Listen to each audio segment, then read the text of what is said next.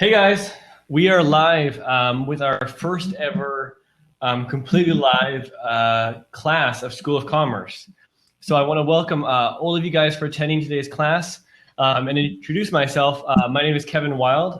If you've attended a School of Commerce lesson before, you've likely heard my voice. Now you get to see me. We're excited to switch to a new live format where we're ditching the traditional webinar method where you guys had to pre-register and download some programs in order to be compatible and to watch our webinar. Now you can watch us live from Facebook, YouTube, or directly via our Crowdcast link that we've shared with you via email. So welcome. For those of you who are new time watchers of School of Commerce, welcome. We're going to be talking about how to double your email list today. We're going to be going through probably a 20-minute discussion, maybe 30 minutes, talking about some strategies for increasing the size of your email list. And normally during School of Commerce, we did a question and answer period at the end of the webinar. But now with these live streams, we're able to answer questions on the fly. So if you do have questions, please feel free to submit them on Crowdcast. Or if you're watching us on Facebook or YouTube, you can submit questions directly in the comments, and we'll discuss them live. We'd love to hear your input, especially from current Shopify store owners. We'd love to hear your struggles and help you out in any way we can. If you do have any problems viewing the stream, quality-wise, please on Facebook or YouTube, check your comment section. We'll have a link there for a direct feed, which will give you the best quality.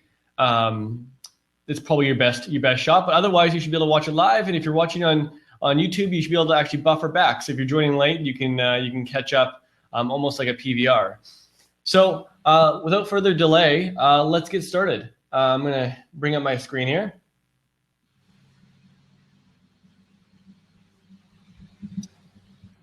So welcome. Like I mentioned today, we're going to be talking about how to double your email list in the next 30 days.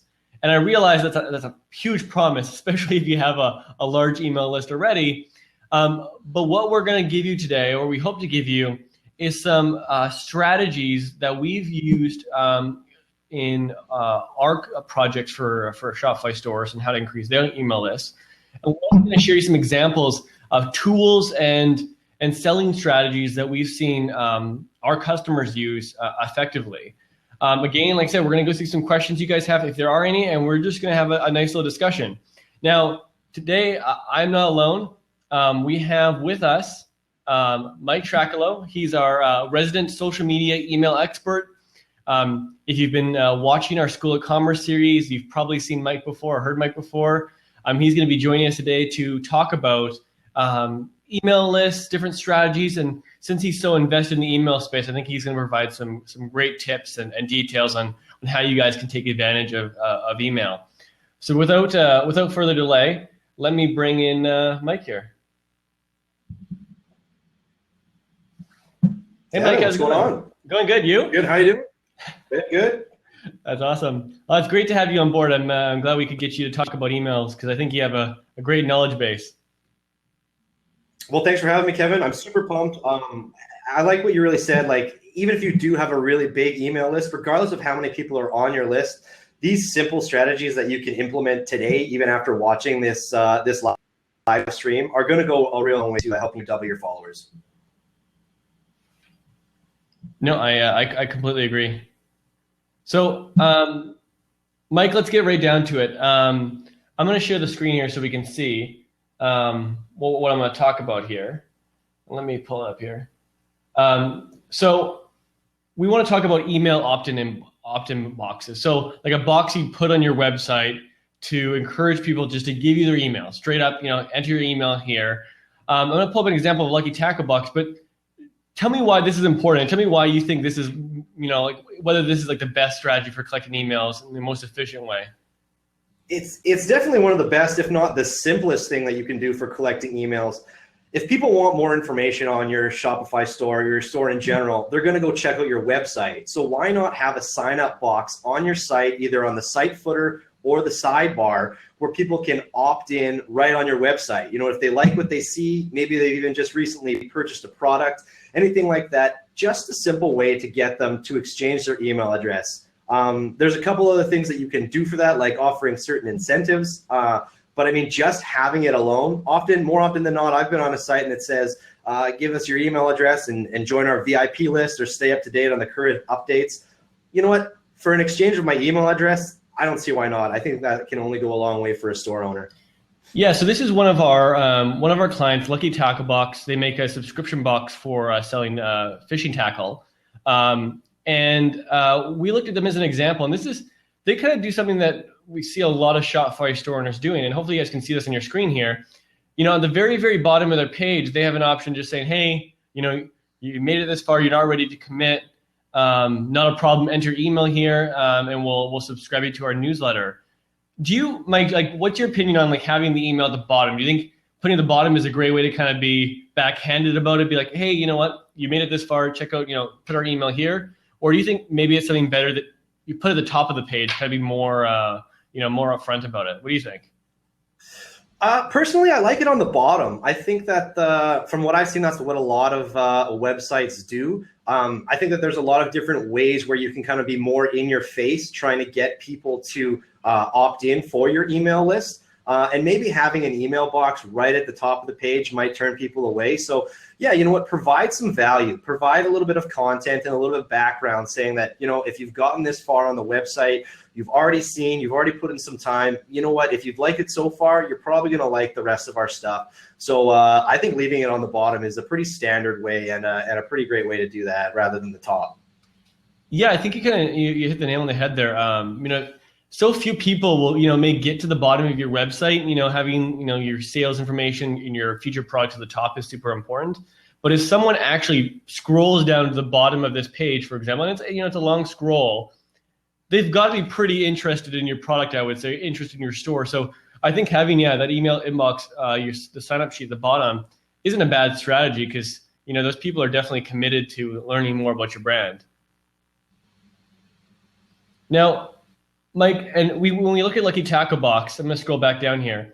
You know, they say sign up for our newsletter, receive tips, special offers. You know, we have other examples, like I'm going to pull up our Death Wish coffee. Makes a really strong coffee, obviously. They use a sign up form again near the bottom, you know, saying get exclusive deals, new product releases, contests. What cool incentives have you seen to encourage people to provide emails? Do you have any examples of things that work well? You know what? One of the ones that works really well, it's worked on me a number of times, and it's also worked for a few of the clients that we've had using email marketing. And that's that 10 to 15% off your first purchase in exchange for an email address. The thing here, Kevin, is people, you know what, sometimes they don't want to give away their email address. You know what, it does mean a lot. It means you're probably going to get some emails. So you really have to want to get emails from the store or from the brand that you're submitting your email address for. Offering 15 or 10% off your first purchase is a great exchange for an email.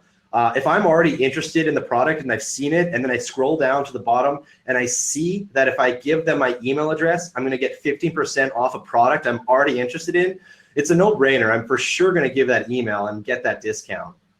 What's cool about that too is once you do have that email address and you get that 50% discount, as a store owner, you now have that email address and you have the opportunity to start kind of producing some ongoing content that's hopefully going to keep that customer and have them make return purchases through your email marketing and some of the cool emails that you can send them. Yeah, and I mean, when we, you know, I often think about this when we're building these kind of, widgets, you could say, to collect email addresses. You know, again, there's no cost to them implementing their email address. Anything they get is free content. And really the number one thing you're trying to overcome, I suppose, is their unwillingness to receive more communication from you, as in kind of a burden to have to delete you from their email inbox. So I've even seen some websites say like, hey, we promise we won't spam you, or hey, we'll send you a maximum of 1 email per month. What do you think about that? Have you seen anyone use that effectively? I think that's a really great way to do it. The more you can come across that you're not going to be spammy, I think it's just going to go a long way in the end. One thing that's really great too is being very upfront and transparent as soon as they do receive their first email. Once they sign up, they should probably automatically get that 10 or 15% email sent to them. And right off the bat, I think it's really cool if you can just sort of be really upfront about what they're going to receive from in exchange for their emails. You know, we're going to be sending you an email once or twice a week. We're going to be sending you an email over the next few days. Some of the emails will be exclusive. You know, really creating that that sense of exclusivity, I think, goes a really long way with emails. Because nobody wants to be spammed. I know that when I go in my inbox, you know, half the time it's just click, click, click, click, click, and then you're out.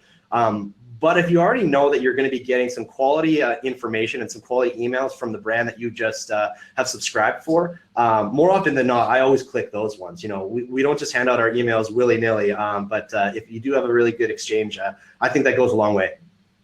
Yeah, it's funny. It's funny you say that because I'm a serial non-giver of my email address. I'm the type of person that when I go to a retail store and they ask for my email address, I usually say I don't have one, at which point they look at me kind of blanketly like, you don't have an email address? Just because I don't want to give it to them. But yeah, no, that's a good point. You know, speaking of stores, one thing I wanted to kind of just quickly pivot to, Mike, is kind of the idea of Shopify accounts, right? So within the back end of Shopify, you have the ability to specify whether accounts are disabled, optional, required. This is obviously a huge important step because it allows whether you want to force your customers to have an account so they can log in and see their orders. But the other thing this does is it allows you to collect email addresses, because anyone who signs up for your store with an account, you'll automatically collect their email address for marketing purposes. Now, obviously, making accounts required is kind of a tough play. It may affect your conversion rates because someone will have to create an account before they can actually make the purchase. But one thing I did see that was kind of neat, and a lot of stores have been implementing this, Pure Vita as well, is like clubs, loyalty programs. I've seen people have sign up for the club, pay monthly to receive this, or even just it's a free loyalty program where you can sign up to become a member and you'll get points for buying. It's a really neat way to kind of incentivize people to create an account and thus collect their email and then be able to market to them. What do you think about this? Have you signed up for any programs?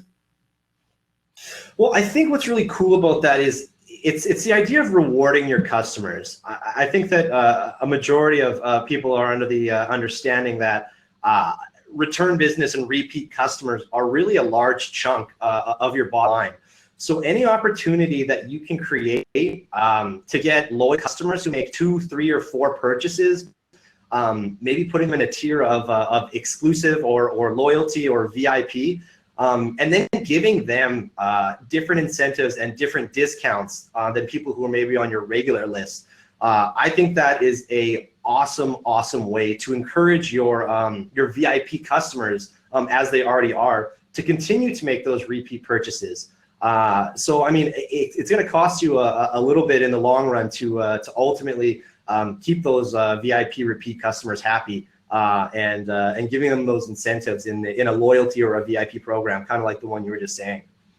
Yeah, it's almost because I guess the term email subscriber newsletter, they've kind of been overused, and maybe they have some negative connotation, like, oh, I don't want to get another newsletter, I don't want to be another subscriber. But like as you can see on the screen here, whoa, there's a pop-up. We didn't plan on that. We'll talk about pop-ups in a little bit. No thanks, I don't like discounts. What I wanted to mention was the Pure Vita also goes to the bottom of the page. They have a sign-up sheet down there, and they treat it, kind of neat. They treat it as a VIP list. So they're, hey, do you want to become one of our VIPs? And they even put like join in the button instead of subscribe. I think that goes a long way, kind of paired with the idea of a loyalty program or signing up for accounts, that entering their email is not just going to sign up their email for some sort of mailing list. It's actually, you're joining the club, you're becoming one of us. I think that's kind of a neat way to incentivize people to collect emails as well. 100%. I totally agree. And like what you can even do is you can have that VIP list that sort of exclusive club where people can go and get those exclusive discounts or content for them. But that same list of people, you can also have sort of a monthly newsletter that goes on top of that. You can send that out to that list, or you can have another list. And what that monthly newsletter is going to do, it's going to go over some of the top content that you've had for that month, maybe reiterate some of the sales that you've had. Potentially, you can even say what's upcoming, be prepared for this next month, anything like that. But ultimately, that's just a really good way that you can also grow your email list by having a really solid newsletter that not only provides value, but maybe provides some incentive to make a repeat purchase. You can have that, with a VIP list on top of that, or completely separate. Both ways, I think, are a really cool way and a really effective way to build your list. Definitely. So, Mike, you had brought up this topic before. I never really thought about it. I'm not a guy that's huge on social media myself. You had talked about Facebook. I pulled up Lucky Tackle Box's Facebook page. You had mentioned using this Learn More button. And maybe I'll hide myself so that you can see it a little bit easier. But the blue button on Facebook, this button is completely customizable for conversions, and you can use that to collect email addresses you had mentioned. Yeah, you know what? I just wanted to make sure that I had the list of call to actions that you can use. So there's book now, contact us, use app, play game, shop now, sign up, watch video, whatever you think. And I guess this is a little bit separate from building your email list, but as a Facebook user, if your store is on social media, what is the best call to action that you can provide to your customers that's going to give them the most value? So if you have a great, instructional video or a great awareness video on who your company is, you're probably going to want to use the watch the video. However, in this case, when we're trying to build our email list, you can definitely slide in sign up now. And then what that's going to do is it's just you click that button, people are going to have the opportunity to sign up for your email list. And it's a really great way to build your list. If you've got a really good following on Facebook or whichever social platform you have, and you have a call to action button that can allow people to sign up, I think that's a really great way to ultimately build your list too. But you just have to also remember you've got to provide some sort of value or some sort of incentive along with that call to action. Because, just like you, Kevin, you're probably not just going to click on that button and sign up, especially if there's no incentive at all. No, and that's true. And like you mentioned, this is kind of separate from an email list. But, I don't think I'm alone in saying this, but I feel like once I've communicated with a brand or a store, via email, whether it's, support related, a question about the product or something like that, if I had a good experience dealing with them via email that time, I'm probably like 100 times more likely to sign up for, their VIP list or email list, because I've seen how they communicate. I've seen how they, they talk to their customers. Whereas if I've never talked to them before, I'm a little bit timid because I'm like, okay, I don't know what I'm going to get into. Are these emails going to be, great? Are they going to be kind of spammy? So I think that, even encouraging people to reach out via Facebook and just send you emails, encouraging people to send emails, period, is a great way to incentivize people to sign up for your list, because ultimately them communicating with you is probably going to result in more people signing up for your list. Totally.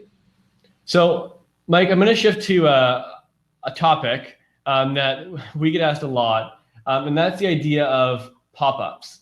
Now, it's probably the most common way of collecting emails is having these big pop-ups, which we just saw happened on one website we were visiting, where it's kind of intrusive. It pops up and says, hey, enter your email here for 15% off your order, or enter your email here to be notified of new products.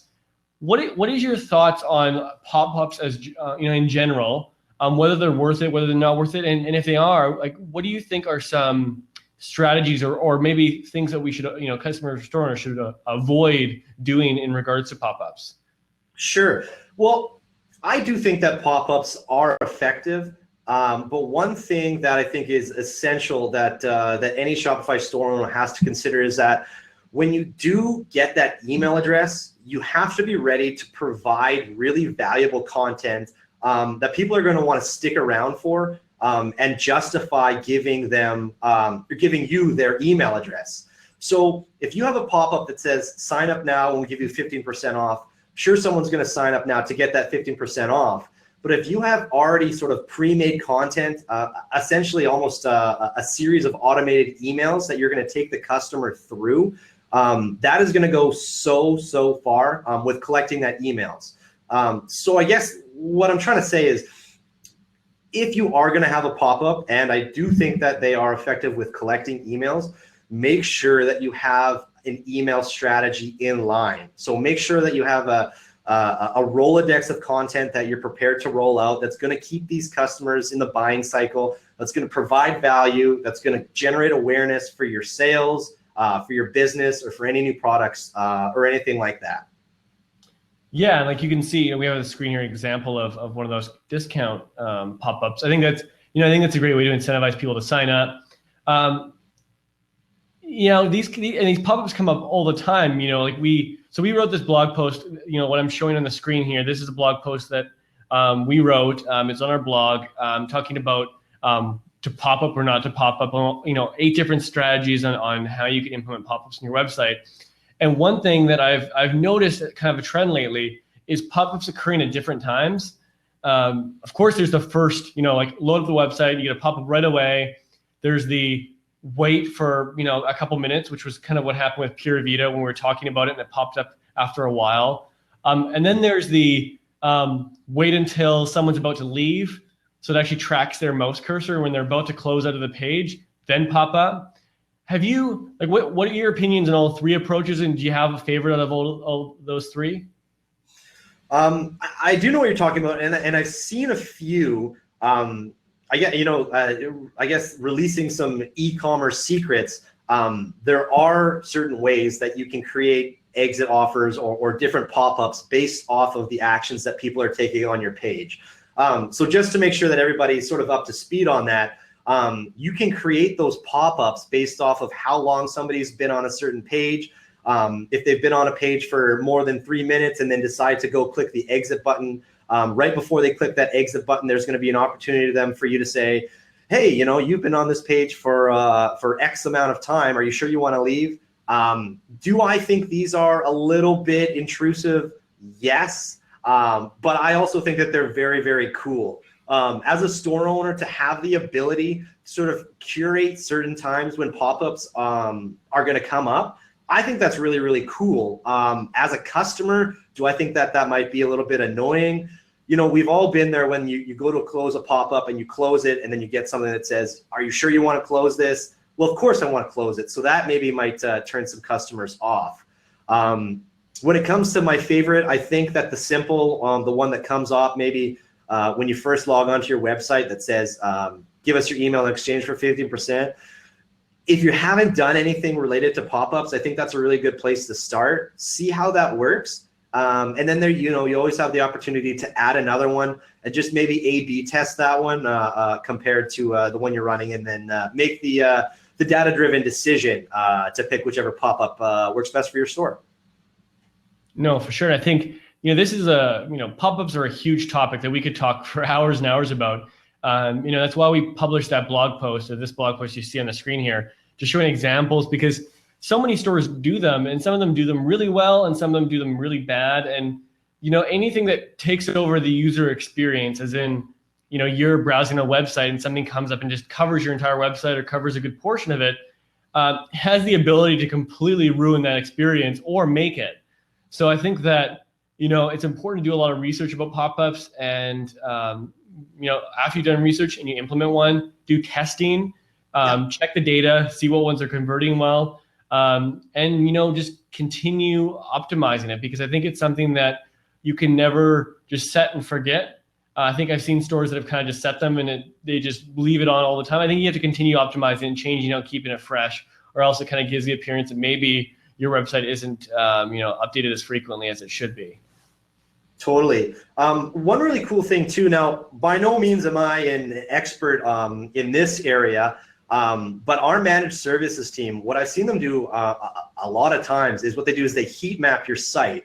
So you can actually see where people are spending most of their time on your website. If you have some of that knowledge, it's just going to go a really, really long way to make data-driven decisions as to where and what you're going to use at the time that you choose to do a pop-up. If people are spending a lot of time in a certain area of your website, maybe it's important to add a pop-up as soon as they go to that location to maybe create some sort of offer. Something definitely to consider, and something that I've seen that our managed services team does a really awesome job with. For sure. One thing I wanted to mention before we move on to the next strategy is we have an app called Product Upsell that allows you to upsell products based upon what customers are buying, and because of that, we often get questions about, do you guys make a pop-up app for newsletter collection? And we don't. But as a kind of a recommendation, an app that we use a lot with our projects, and I've used personally on my stores, and I love. And again, we have no financial tie to this, but we just want to send you kind of guys in a good direction. Is Pixel Pop by our friends at Pixel Union, who develop a ton of useful themes for Shopify. They make an app. It's free to download. The free version has their branding on the pop-ups, but then you can pay if you want to remove that.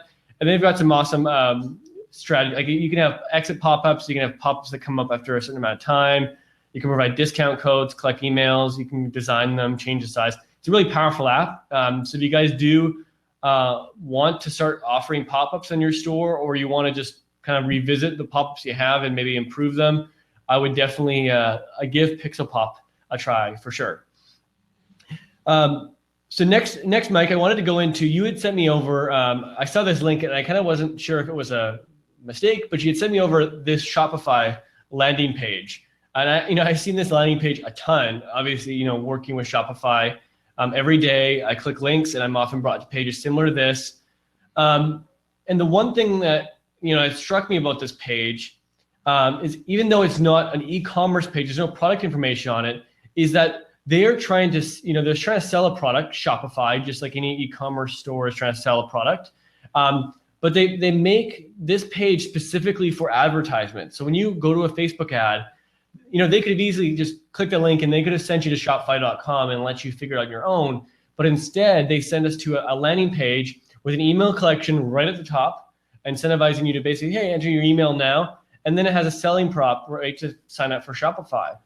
And Mike, you'd mentioned that you've seen stores implement kind of a similar strategy to this, where when they're creating advertisements or they're driving traffic to their store via social media, they create landing pages that are specific to products, but also have email collection really high on the page. Do you want to talk about that a bit? Totally. I think one of the areas that I've seen stores struggle with when it comes to Facebook advertising is when you create an ad, obviously you're going to create it that has a really great offer, something that you're going to want to click to, something that you're going to want to find out more for. If it's a great ad, you want to click on it. A lot of the times, Shopify stores will send people just right to their website. So you get an ad for either a specific product or a specific service, takes you to the website, and more often than not, well, who's to say more often than not, but from what I've seen, sometimes people just don't convert. So when you look at the drawing board, you try and figure out, well, why? I think it's just because there's either too much information or it doesn't have any relevance to the ad. So to sort of summarize what I'm talking about here, if I got an ad that says sell online with Shopify and I went to the Shopify website, I might get a little lost. But if I got an ad that sent me to this landing page, this page really explains and really draws out exactly what sort of the advertisement was getting at.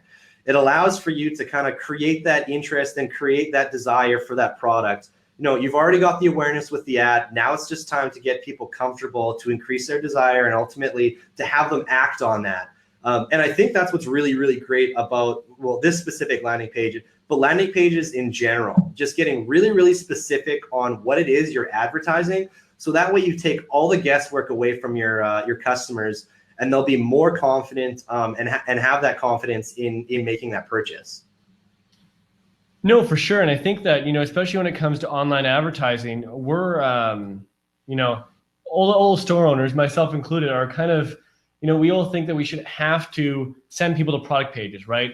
We're all trying to develop ads to create more sales. And we're, in the mindset of, what better way to make money off of advertising than send them directly to the last point of conversion, which is the product page, and get them to click add to cart.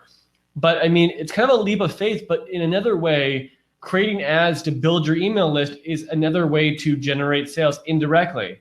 And I think that, well, I know that a customer entering their email address to sign up, to be on your list is a lot more likely to do so rather than actually buy a product based on an ad.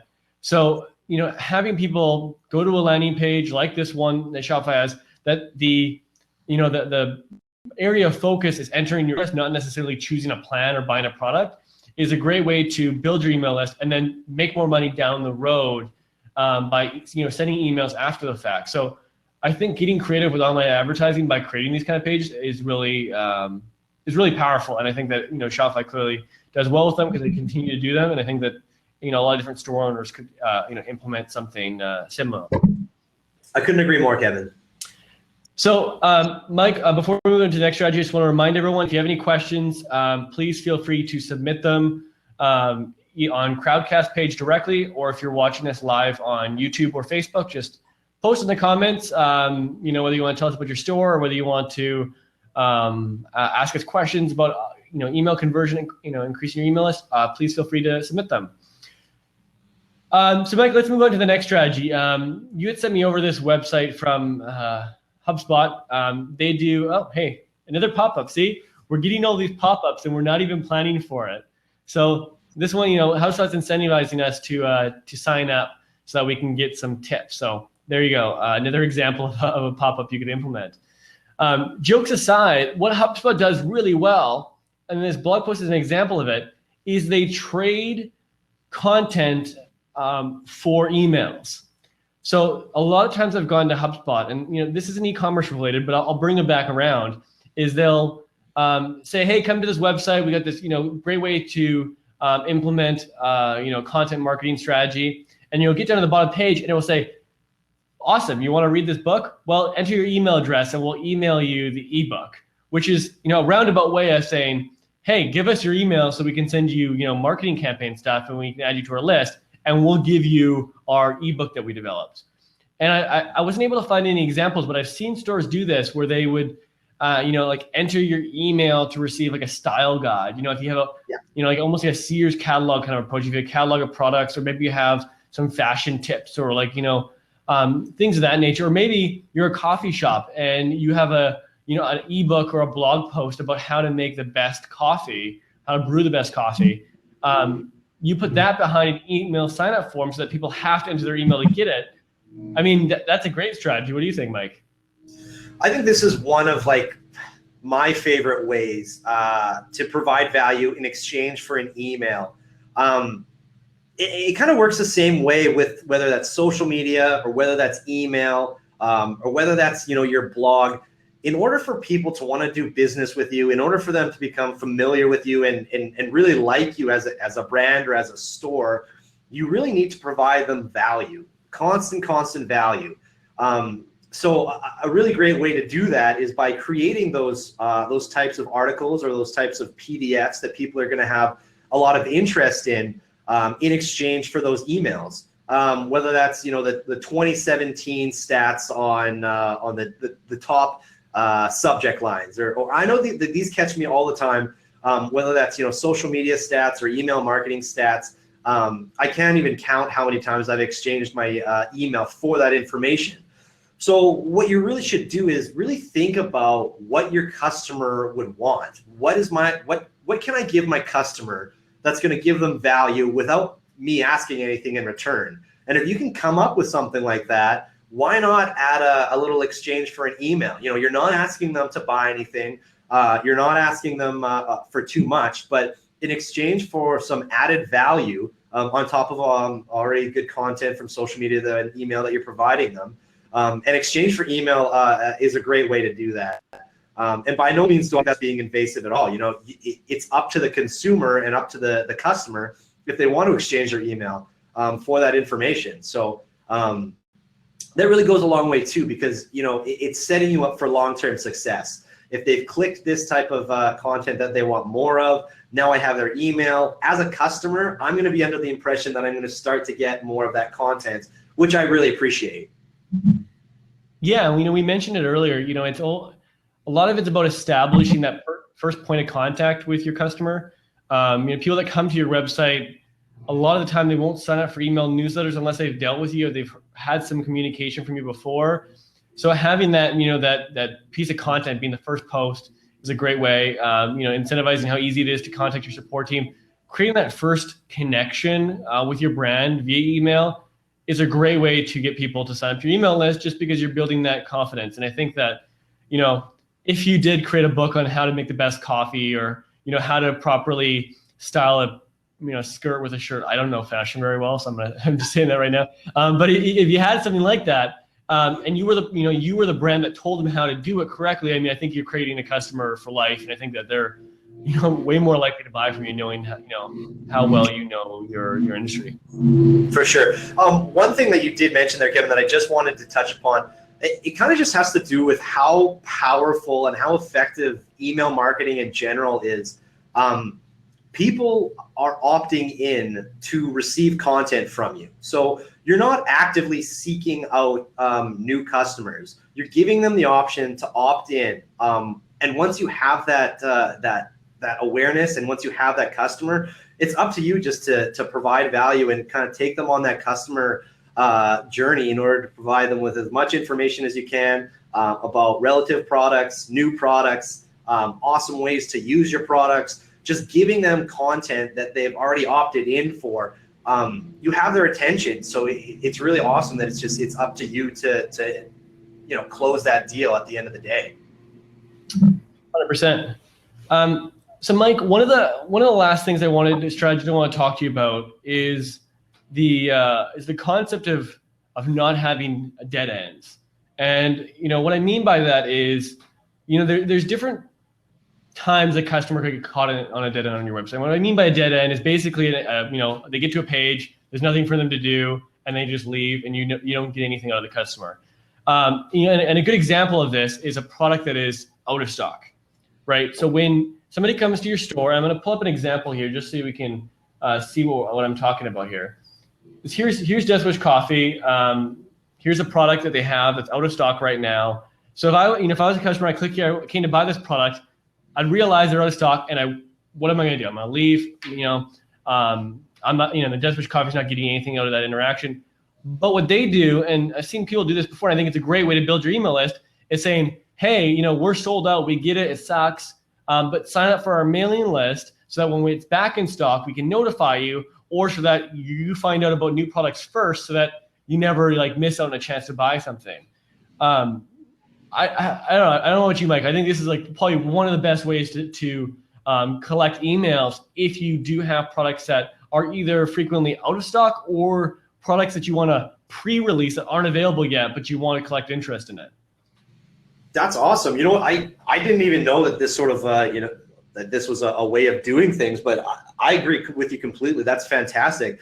Any subscription product that you sell or anything that has the option to be out of stock, providing that information and allowing that to happen through email is so great, because you already have people there who want to buy the product. If they want to buy it that bad, they've already gone through your webpage, gone to the product page, and tried to add it to cart, they're pretty interested in that product. So by sending them an email, not only do you have them on that list, but you also have their attention, and you can definitely get that awareness out for when that product is back in stock. I think that's an amazing idea, and Death Wish Coffee does a really, really great job of that. No, and I think that on the flip side of something being out of stock is that we're all get so excited when we're about to release a new product. As a store owner, I don't think there's anything more exciting than releasing a new product to your subscribers. And I think that a great way to build an email list is by putting that product on your website before it's ready. Hiding the add to cart button. You can do that within Shopify, and having a sign up form like this, being like, hey, we're about to release this brand new product, sign up here to be notified about it first. You can start sending advertising money there to start pumping up this new product, build an email list, and then you can send them an email when it's available. I feel like a lot of stores may not do this and instead wait until the product's available for sale and then release it and start selling right away. I don't know. I think it's a cool strategy to put the product a little bit early on your website to build up emails before it's available for sale. Totally. One thing that we don't have on the list that I just want to talk about, you just mentioned, is the idea of building your email list essentially before you have anything to offer. So what I mean by that is if you haven't even launched your store yet, maybe you're still working on it, you're kind of you're tweaking it out, making it a little bit better. If you're on social media or there's a way where you can sort of provide some incentive or some information that you're launching a store, maybe if you could create a landing page would say, hey, you know what, we're going to be launching soon. Here's some of the examples of some of the content that we're going to be putting out. So if you can sort of build that email list and create that buzz before you even launch, that's a really wicked way to sort of have emails ready to go before you even launch. So by no means should you start collecting emails after you've already launched. If you haven't even launched your store yet, or you haven't even launched a product or anything like that, there's no time like the present to start building that email list. No, completely. I mean, it's you know, there's a reason why whenever you start up a new Shopify store, by default on the kind of the locked page of your website, there's an email sign up form. So Shopify knows that's a huge opportunity to collect emails, so they don't even give you a choice. They just place it on there. So yeah, Mike, that's do you have anything else to add? Any other strategies you can think of, or any other tips you'd like to add on as far as email collections? I think we covered a lot of the strategies. Just one thing to keep in mind is that email addresses are so important for your business. I mentioned it before, but people are actively opting in to receive information from you. So you don't have to spend X amount of dollars trying to find new customers. Customers want to hear what you have to say. So while you are collecting these emails and building that list, it's really, really important that you create a content strategy and that you really do have emails of value. That way, you're not just running in place with a list of emails and nothing to offer to your customers. Completely. Well, guys listening, guys and ladies, if you enjoy listening to us this week, you're in luck because 2 weeks from today at the same time, 1 o'clock, we're going to be going live. Except it's not going to be we. It's going to be Mike. Mike's going to be solo, and he's going to be talking to you live about the five emails you need to be sending to your email list. So now we give you a few strategies to implement on how to build your email list, and hopefully you guys can put these into place and start gaining some subscribers. 2 weeks, Mike's going to tell you about what emails you should send, what content you should include, and how to make the most out of those email subscribers. So I want to thank everyone for attending and watching live on our Facebook and YouTube channels, as well as on our Crowdcast channel directly, and to thank anyone who's watching this after the fact via recording. I want to thank Mike for joining me live to talk about emails from across the office. I appreciate you having you on and learning, picking your brain about email subscribers. Kevin, this was awesome. I hope to be back, and I'm looking forward to talking about those 5 emails that you should be sending. Perfect. Well, take it easy, guys. Have a great weekend, and we will see you soon on another edition of Bold Live.